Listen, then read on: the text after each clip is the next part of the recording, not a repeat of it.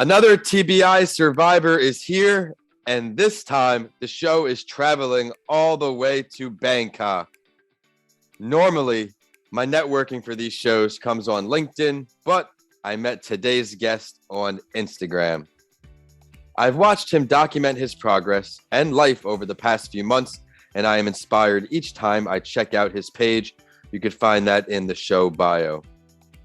Chris suffered a traumatic brain injury, or a TBI, and has been fighting back ever since 2008. He will share a story of resilience and hope with you today and give you the power you need to succeed.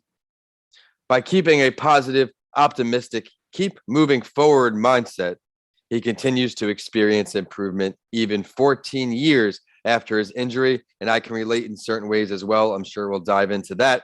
But adapting to his new life has brought him around the world, working in Hong Kong, studying in Beijing, Ecuador, and now working in Bangkok, both pre and post-COVID. And that's where he now calls home. Incredible journey we're about to embark on. But before we get started, let's start with an opening question. Chris, what does mental health mean to you? Thank you, Vince. Fantastic introduction. I appreciate it. Mental health to me, it means having a positive mindset. It means being optimistic. And even when you're going through challenging times, always looking for and seizing opportunities to make your life better every day. I like that a lot, Chris. As life is constantly changing, we're also constantly changing. It's important to know ways that we can improve our mental health. It's important to know areas that may harm our mental health. We all have different triggers or things that bother us, and we'll dive in and get some firsthand experience from Chris in just a few moments. But thank you for sharing, and I am excited to dive into some more mental health talk with another amazing guest. To everyone listening on, welcome and thank you for joining us. It is once again time to talk all things mental health on this podcast, A Mental Health Break. My name is Vincent A. Lanci. I am the host of this show and also the author of two books, Mental Health Week and Mr. Lanci Talks Mental Health. You can learn more about me at Vincent A. Lanci on YouTube, social media, or my website, vincentalanci.com. If it's your first time stopping by, thank you for joining us. Each week, I sit down with a mental health professional or advocate from all over the world to help you on your mental health journey. As I mentioned, today we are going Bangkok to Tampa, Florida. You never know which story will resonate with you most. My why for mental health came after suffering a traumatic brain injury, and today's guest also experienced the same. Each week, you learn why they chose mental health advocacy. Before Chris comes on, I would love to share that this episode is brought to you by Tampa Counseling and Wellness. They are our official partner. They're dedicated to helping individuals looking to positively transform their lives through compassionate counseling and wellness coaching. If you struggle with depression, anxiety, or other mental health issues, give them a call today for a free consultation. Tampa Counseling Wellness, therapy that inspires change. You can just scroll down in the episode bio here to find their website, phone number, and they do offer virtual and in-person visits, whichever you prefer. I'm excited to stop in Bangkok to meet another TBI hero. He's living life to the fullest, and I think that's so important, whether you suffered a TBI or not. Don't get stagnant. Don't get content. Chris is a great example of striving for greatness and striving to make himself happy. We're going to learn all about it. Chris, Dittrich, thank you so much for joining the show. Thank you again, Vince. As I mentioned before, I appreciate the fantastic introduction. Good evening. It's 10 p.m. here in Bangkok. Thrilled to bring your show to this city over here in Thailand for the first time. It's an exciting time for both of us, and here we are recording here in end of February 2022. Please introduce yourself, Chris, to our listeners before we dive into all mental health talk. So my name is Chris Dittrich. You almost had the last name. You were close, but that's not bad. I'm originally from West Windsor, Princeton area, New Jersey. I was born and raised in New Jersey. Had a fantastic dream childhood, getting to travel around with my family, things. My mental health journey, as we're brought here today, began on March 3rd, 2008, when I suffered a severe traumatic brain injury in a car accident when I was on my way to lunch in my high school, trying to beat my friends to lunch. And Oh, man. I suffered a TBI. I spent 3.5 weeks in a coma. All this stuff that I can and probably will never, don't really need to remember it, but Right. Hmm. all this back time in 2008. I went from a coma to a vegetative state. It wasn't really there yet. And sometime around May of 2008 is when I started to at least come to and recognize who I was, who my family were, and where I was and what had happened to me. And my short-term memory was terrible, but I started to figure things out, and I realized that I had to start pushing forward in order to Yes. make anything of my life at 18 years old, getting ready to go to college. And yeah, so from that time, right around the first day I remember is May 9th, 2008. Since that time, I've been pushing forward, always doing what I can to make life great, I guess, and physically I've had to I've had to do a ton of therapy and mental therapy as well to get where I am today, now that I've been able to travel and live all around Asia over the past 5 years. So we've been able to make life work out despite the severe injuries that I had at one time. Yes. Yes, you are inspiring to say the least. And as I mentioned to everyone, now you have a better idea of what I meant by living his dream, striving for greatness. He's all around the world, and that's something that makes him passionate. We need to do things we are passionate about because that's what's going to help us keep pushing forward. Would you mind now touching on, Chris, some of the areas that you did struggle with relating to mental health? Was it anxiety, depression, or some of the unspoken ones? Yeah, again, for me, it was fortunately, I had phenomenal family support from day one. Right. So I never hit that depression bout. There were times when I was upset and I wish that I could have been just like the rest of my classmates that were going off to college and they were continuing to do whatever they wanted to do, and I wasn't able to anymore. But with my father's support specifically, and my mom's, of course, too, I nipped it in the bud whenever I Yep. had that disappointing feeling. I fixed it by exercising more, by doing things that were going to make me get better instead of just wallowing in my own self pity in a way. There are times that it helps to feel bad and just to accept the feeling. But Yep. for me, I found that there's no reason to feel bad when there's so much opportunity if you keep going, if you keep trying. And that's what's going to be most important. And it has been most important for me. I It's like what you said staying, that. Yeah. yeah, staying away from the depression, or just not even giving myself the time to really think about stuff that has happened. It's much more Yep. important to think about what's coming or what can come in the future. I like what you said there before, where you want to keep going because new opportunities keep arising. It's the small gains, the small wins that push and keep me going.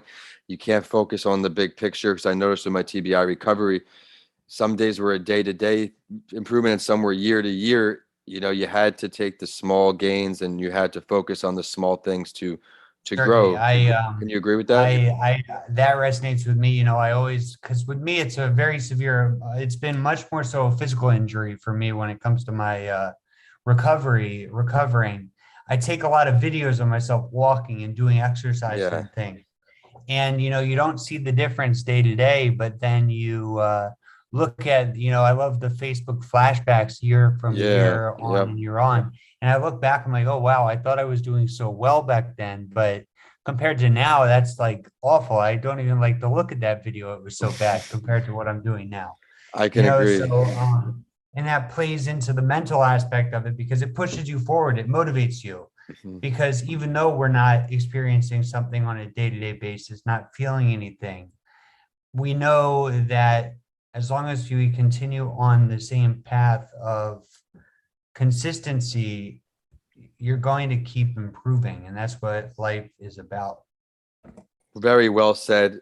be consistent in what you do, and eventually you will notice the difference sooner rather than later if you hold yourself accountable. I can also resonate there with the good family support. Very blessed to have that as well, where I never really hit a depression state. Anxiety is something I did and still do go through. Some days are better than others, but like you said, we try to find ways to just improve every single day. Have you always spoken about your mental health since the accident happened, or can you describe that moment where things changed? You wanted to share your story. Yeah, I've always been a big proponent of, because I consider my story to be a success, and something I used to, when I was in college, I left, I got in the accident my senior year of high school, and I took the next year off to get what, quote unquote, well enough to go to college at the University of Miami. I became a Florida boy like you, and I was very happy about it. And I used to go out with people, and like I suffered from disinhibition because of my injury, and which, for your listeners that don't know, I didn't have a filter in my head, so I would kind of just blurt out everything without any thinking of any kind of consequence, right? Yeah.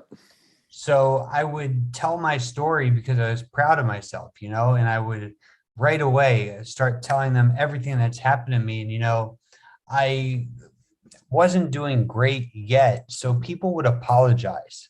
They would say, "Oh, I'm so sorry that that happened to you." And that wasn't the point of me telling. I wasn't looking for people to apologize to me. Exactly. I was telling you my story, and I'm telling to this day my story as it's something I'm proud of course. And that so I it kind of hit me back then in 2009, 10, 11, 12 to get a lot of, "Oh, I'm so sorry that that happened to you." Hmm. But now that I'm even further along and way better physically and mentally both, and living here in Bangkok, I worked in a hotel. That's what got me moved. I moved here working in a hotel. I was the guest service manager in a hotel, and I shared my story with everyone, with all the guests, and they all loved me for it. It's because they got to come to the hotel for whatever reason, come to Bangkok. Then they would meet me in the lobby of the hotel, the American guy working in Bangkok, Hmm. not expecting me to be there, certainly. And I'd Right. tell them this amazing story of me, where I was to where I am, and how I'm smiling and how I'm happy, So I see my recovery as a huge, obviously something I'm proud of, and something that I think a lot of people can take pieces from and improve their own lives if they have to. You are just dropping great advice to our audience this whole episode so far. Thank you for that. You're making it very simple, and that's what people need to hear. You need to just do the things that are going to put you in the position to succeed. Again, he's stressing small momentum leading to big results. He posts his success, and I feel the same way. And I'm not looking for any pity for my accident. I realized that my story was bigger than me after I had spoken at graduation. That was my situation where I had people coming up to me. They were really feeling my story. They got something out of it, and I said, "All right, Perfect. I guess if it helps at least one person, I'm doing my job and I'm walking Yeah. away with something." Tell us some things that work for your mental health. What are some of your favorite short-term or long-term tactics to improve your overall mental health? Well, I bring up the cognitive difficulties that I had, for example, short-term memory. And it's one of the things that I'm most proud of, that when I went to college, I was meeting, Miami, University of Miami's got about 8,000 kids. There are Hmm. 2,000 kids in each new class. So I was not remembering anyone's name, and I wouldn't even remember I wouldn't even recognize a face. Like, I could have had a whole conversation with this person and would have no memory of it whatsoever, even a day later. And it was embarrassing, because I'd go up thinking I'm all cool, like, "Oh, I'm meeting a new person." They're like, "Hey, Chris, we met yesterday and we had a conversation," and that made me feel really disabled. Hmm. So I came up with the tactic that whether I knew you or not, I was going to make it seem like we were good friends already. Like that. Yeah, and it played hugely to my benefit. So it didn't matter if we had met or not, but I was gonna come up, hey, what's up? How you doing? This or that. And pretending that we're already friends because there was a good chance that we were, and I just didn't remember you. Mhm. So and if not, it just came off that I was a very friendly person. So it helped me make a lot of friends in college that helped with everything, just being a very popular kid in Miami at the University of Miami. And then the other one, which has kind of led me on my journey around the world, I need new experiences or new atmospheres, I guess. I get bored quickly because, and again, it could just be because I was young and I am young, not as young anymore, but still I'm have with that you. mindset. Yeah, I know. I just turned 32. It feels like, oh gosh, it's scary, but I like new things. And so rather than, my first job out of college, I started working for a bank, for a hedge fund, a banking institution, and because I had studied finance in college. And it was killing me. I couldn't handle staying in my own office for 10 hours a day, looking at a computer, talking only on the phone. I needed more interaction, whatever the case. So I went back to school to get my master's degree in hotel management with the idea that I'd be able to meet people and I'd have an opportunity working in hotels to choose where I want to live in the world and pick a spot and be able to work there. It's the industry that you can do that. And so that's what led me on my journey to going all over here in Asia. And I'm not in that industry anymore. But I found my place in Bangkok, and this is where I'm able to live free and be spontaneous and be accepted by everyone. It's just really cool. And it's really done great for my mental health and just staying optimistic and positive of the sort. Smiling is, of course, good for our mental health. Again, doing Yeah, things that make you happy will improve your mental health. Appreciate the great certainly. episode, Chris. You're killing it. You're crushing it for us. What are some things you're going to do to continue to raise awareness for the importance of mental health? Again, I sharing my story. I got to do my first actual motivational speech back a couple of years ago in Singapore. And Cool. again, doing these podcasts, I've been able to, especially during COVID time, Hmm. I've got I'm not hosting my own podcast like you are, not yet, but I've been able to be invited or kind of pushed to talk on a lot of different platforms, which has really, it's great for me and to help other people, of course, too. The more people that can hear my story, you never know. Again, you don't have to have suffered a traumatic brain injury and been in a coma and been paralyzed Yep. in order to pull something positive from our mutual kind of experiences. Anything that people are struggling with, it's Hmm. you still should follow the same kind of guidelines of consistency, of keeping a positive mind, of keeping an optimistic outlook. One thing, with therapy, not every therapy that I tried worked. My dad and we kind of have the methodology where you throw spaghetti on the wall and some of it you're hoping is going to stick Yes. because that's how it is, but I truly believe that every going into therapy, I'm always believing that it's going to help me and that it is helping me. And I believe that I have gotten better and I have done better because of that, because of the idea that I always feel like, oh, this is what I'm doing now is definitely helping me. Even if it's something crazy, has nothing to do with therapy, I can somehow turn it around in my mind, justify it to be like, oh, I'm doing something to benefit myself now. And that really helps. Couldn't have said it better. Find ways to improve. Different things are going to benefit us in different ways. And I like how you also touched on, hey, not everything worked. And that's important because we are not all the same. What works for some does not work for everyone. That's why it's important to learn as much as you can about different techniques, different tips to improve your mental health, because you never know which one will be best for you. For me, as everyone Sure. knows who listens to my shows, exercise is my thing in the mornings. It gets me thinking clearly and helps me conquer the day as best I can. But I It's think it's so a funny. It's please. I'm sorry to interrupt you, No, but good. you in the piece you said you asked for two important things that our listeners could do on a daily basis. First thing that I had written, exercise in the morning. Oh, okay. Yeah, so funny. And that just because you mentioned that, yeah, I'm always, yeah, that's You my float thing you too. you Yeah, flowed right into something new and something organic because you're a go-getter and you have a lot to offer there. You've uh-huh. really been giving a lot of value by sharing your Yeah. story. Thank you for having the courage to do so. I'd love to now jump into the spotlight story as we're similar age. I think we're both going to love today's choice. If it's your first episode sitting down with us, towards the end of each show, my guest and I go over the mental health story of someone who is famous to let you know that you are not alone. Does not matter what someone looks like from the outside or how much money they have. The inside may be on the opposite. We have another traumatic brain injury survivor on the show today.